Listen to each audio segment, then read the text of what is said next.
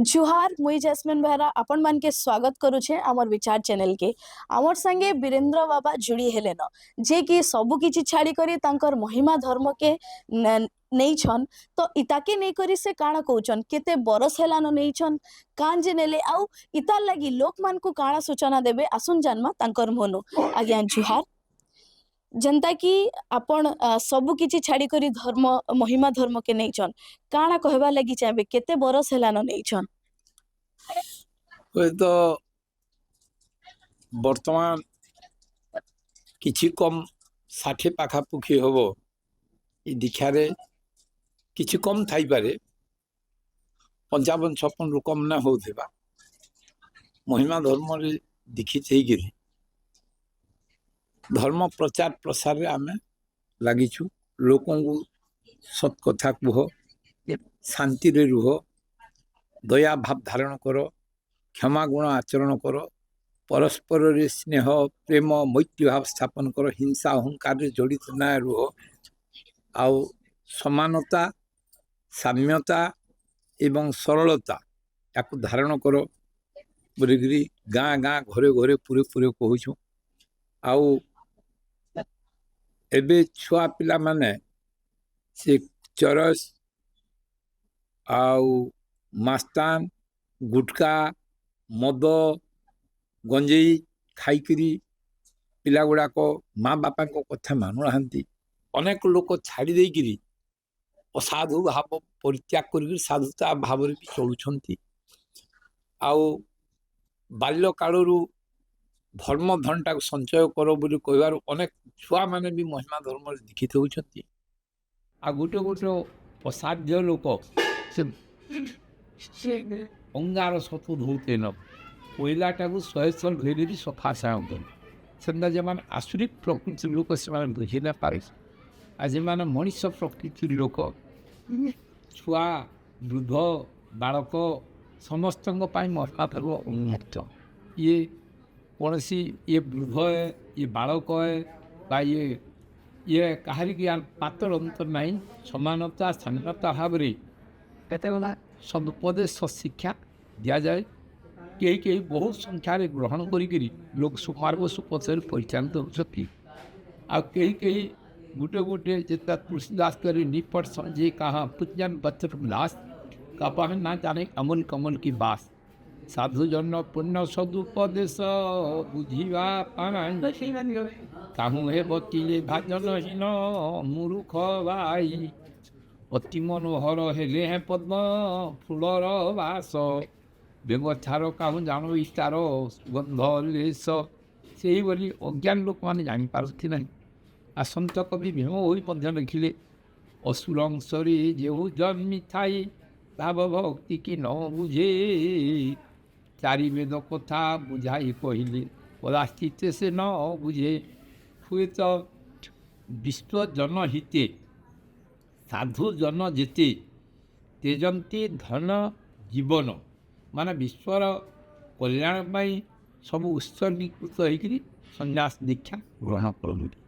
आगु गौतम बुद्ध थिले बंगर राजा थिले गोविंद चंद्र से तांकर कारणवशतः से तांकर माँ मुक्ता दे कहबार से राज्य संपद बंग राज्य सब जलाजल दे नाश ने इला आवाहन कालू अच्छी इला कौन सी कपूल कल्पित नुहे।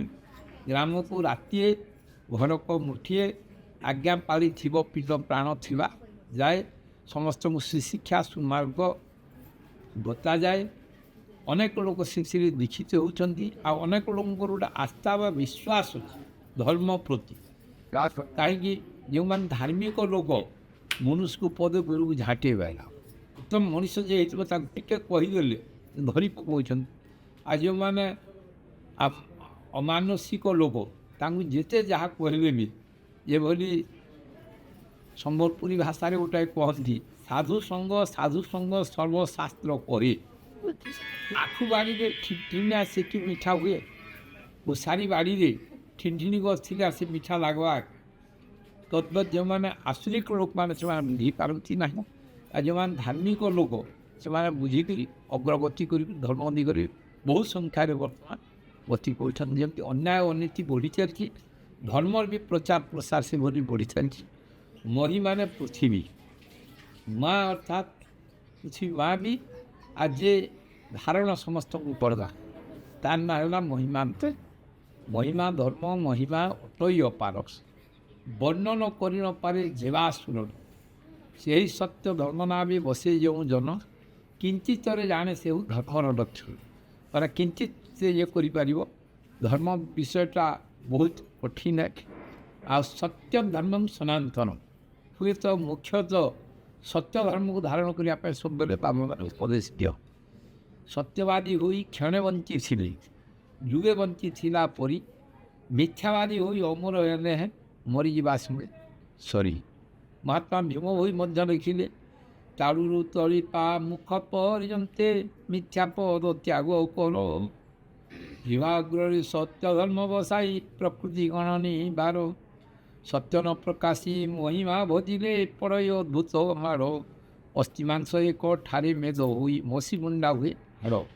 ମହିମା ଭଜିଲେ ମିଥ୍ୟା ନ ଚଳଇ ସତ୍ୟାଦି କହିଲେ ପାର। ଜ୍ଞାନ ଧ୍ୟାନ ନ ଜାଣିଲେ କିସ ହେଲା ଅବଶ୍ୟ ହେବ ଧାର। এই ଓଡ଼ିଶା ମାଟିର ସନ୍ଥ କବି ଭୀମ ଭୋଇ ସମ୍ବଲପୁରିଆ ଲୋକ।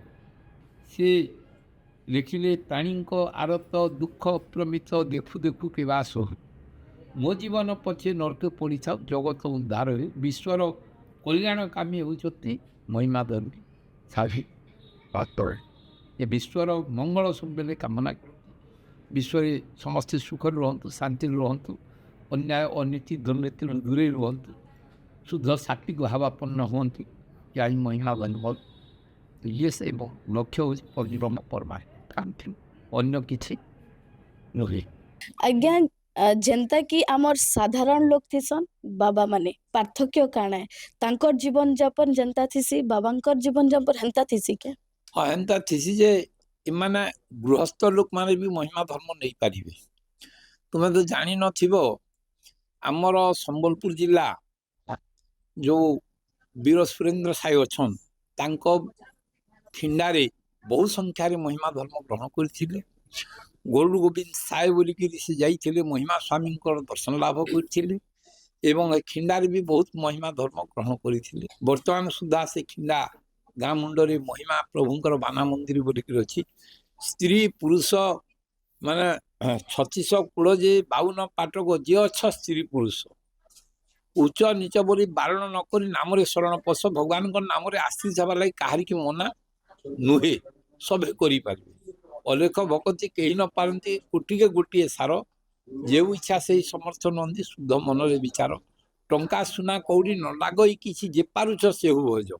ଚିନି କୋଷ ଯାଇ କିଣା ନ ପଡ଼ଇ ବୋହିବାକୁ ବଡ଼ ସଜା। ସୂଚି ପବିତ୍ର ହେଇକି ହେ ପ୍ରଭୁ ବୋଲି ଦର୍ଶନଟେ କଲେ ହେଲା। ଏଥିରେ କିଛି ଆବଶ୍ୟକ ନୁହେଁ। ନ ଫୁଲ ନ ଚନ୍ଦନ ନ ଟଙ୍କା ନ ପଇସା କିଛି ଲାଗେନି।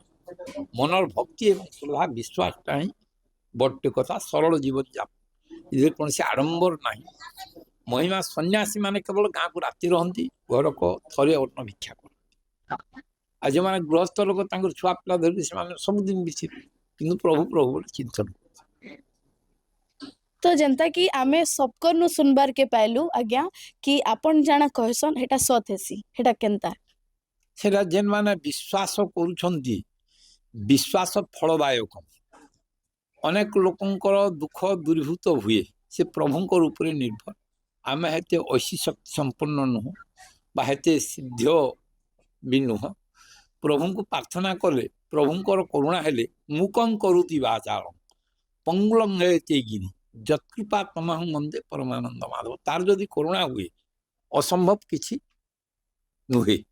କିନ୍ତୁ ତାଙ୍କର କରୁଣା ହେଲେ, ପ୍ରଭୁଙ୍କର କରୁଣା ମାନେ ଦୟା। ତୁମର ଯଦି ୟାଦ ରହିଲା, ତାର ନିଶ୍ଚୟ ଦୟାଟା ରହିବ। ମାନେ ତାର ପ୍ରତି ଯଦି ତୁମର ଭକ୍ତି ଏବଂ ବିଶ୍ୱାସ ରହୁଛି, ଫଳ ପ୍ରାପ୍ତି ହେବ। ତ ଆମର ଶେଷ ପ୍ରଶ୍ନ ଆପଣଙ୍କୁ ରହିଲା କି ଇ ମହିମା ଧର୍ମ କେ ନେଇ କରି ଆମର ଭିଡିଓ ଦ୍ୱାରା ଲୋକମାନଙ୍କୁ କାଣା କହିବେ? ଲୋକମାନଙ୍କୁ ସତ୍ୟ ଧର୍ମ ମାର୍ଗରେ ଚଳ, ଅନ୍ୟାୟ ଅନୀତି ନ କର। ଯଦି କରିବ ସେ କର୍ମଫଳଟା ନିଜେ ଭୋଗ କରିବ। ଯେମିତି ଯେଉଁ ଚିନ୍ତନ୍ତି ପରର ମନ୍ଦ, ଆପଣା ମନ୍ଦ ଚିନ୍ତନ୍ତି ଗୋବିନ୍ଦ। ଯେଉଁମାନେ ଅନ୍ୟର ଅନିଷ୍ଟ ଅମଙ୍ଗଳ ଅହିତ ଚିନ୍ତା କରନ୍ତି, ତା ପାଇଁ ଭଗବାନ ଅଛନ୍ତି। ଭଗବାନ ହିଁ ଉଦ୍ଧାର କରିବେ। ମାନେ ଧର୍ମର ଜୟ ପାପର କ୍ଷୟ ସତ୍ୟମେବ ଜୟତେ ନାନୃତଂ ସତ୍ୟର କେବେ ବିନାଶ ହୁଏ ନାହିଁ ଅସତ୍ୟ କଦାପି ତିଷ୍ଠି ରହିପାରିବ ନାହିଁ।